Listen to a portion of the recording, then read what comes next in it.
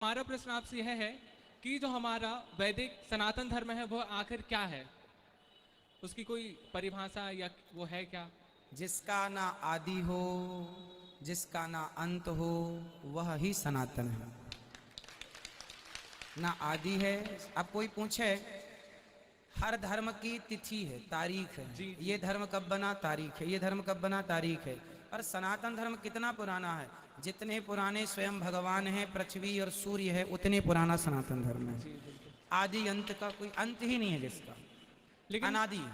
महाराज जी, जो हमारे धर्म पर प्रश्न उठते हैं वो ऐसा क्यों? लेकिन कौन उठाता है?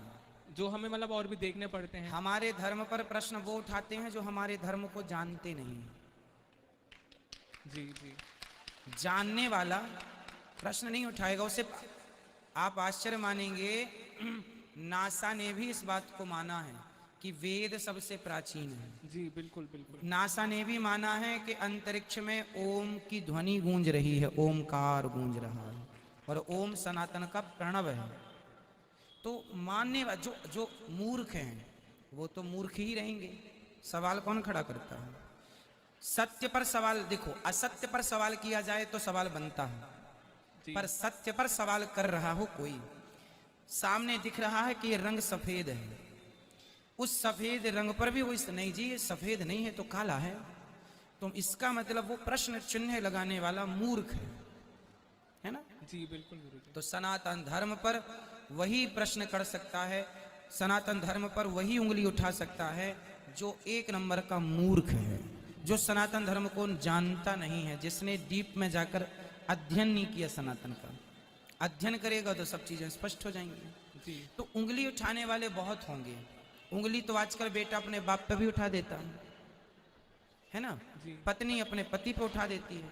तो उंगली उठाना आसान है ना जी, आसान होता है। लेकिन हम सनातनी लोग हैं, हम दुनिया के किसी भी कोने में रहें, हम वह सनातन है। किसी भी धर्म में, किसी भी धर्म में पशुओं की हत्या को बंद नहीं किया गया। एक सनातन धर्म ही ऐसा है जो जीव मात्र की हत्या को पाप कहता है। अहिंसा ही परमो धर्म की बात करता है। हर धर्म में तो बकरा काटा जाता है खुलेआम, उनके तीज त्योहार में बकरा काटा जाता है। हमारे तीज त्योहार, उनके तीज त्योहार में बकरा काटा जाता है, हमारे तीज त्योहार में घर घर दीपावली में दिए जलाए जाते हैं, घरों को रोशन किया जाता है। उनके तीज त्योहार में खून की नदियां बहती हैं, हमारे तीज त्योहार में होली में रंग और गुलाल की नदियां बहती हैं। तो हमारा धर्म और लोगों के धर्म से इसलिए श्रेष्ठ है क्योंकि खून खराबा करना हमारा धर्म नहीं है।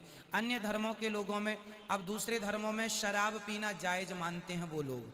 किसी भी धर्म का नाम ना लिया जाए, अच्छा है, पंथ का नाम ना लिया जाए, लोग शराब पीना जायज मानते हैं अन्य लोग, पर हमारे सनातन धर्म में शराब को महापाप माना जाता है। यदि शराब पीना जायज है तो डॉक्टर क्यों मना करते हैं कि शराब मत पियो? इसका मतलब उनके धर्म में जो वो कह रहे हैं, उनके धर्म में तो वो लोग ही नहीं मान रहे हैं जो डॉक्टर बन गए हैं, औरों की तो छोड़ दीजिए। क्यों जी? हिंसा पर कौन विश्वास करेगा? समझदार, मूर्खों की बात नहीं करता मैं। हमारा सनातन धर्म इसलिए श्रेष्ठ है कि हम लोग चींटी को दाना डालते हैं, पक्षियों को, चींटी को आटा डालकर दाना डालते पक्षियों को। पहली रोटी गाय की और आखिरी रोटी कुत्ते की निकालने की संस्कृति सिर्फ हिंदुओं की रही है। ये हमारा धर्म है, तो इसलिए श्रेष्ठ है। कितने प्रमाण, क्या क्या चाहिए? जो चाहिए सब हम देंगे, बताओ क्या चाहिए?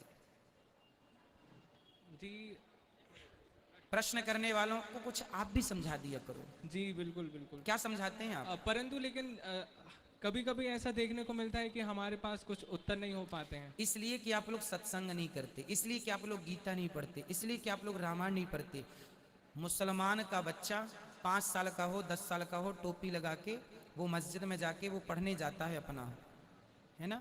क्या जी, पढ़ते हैं? इस बात से तो हम आपसे पूर्ण सहमत हैं। हाँ, वो पढ़ने जाते हैं। और हम हिंदू बुढ़े हो गए लेकिन अभी तक गीता का एक भी श्लोक नहीं पढ़ा, रामायण की एक चौपाई नहीं पढ़ी। हमारा दुर्भाग्य है।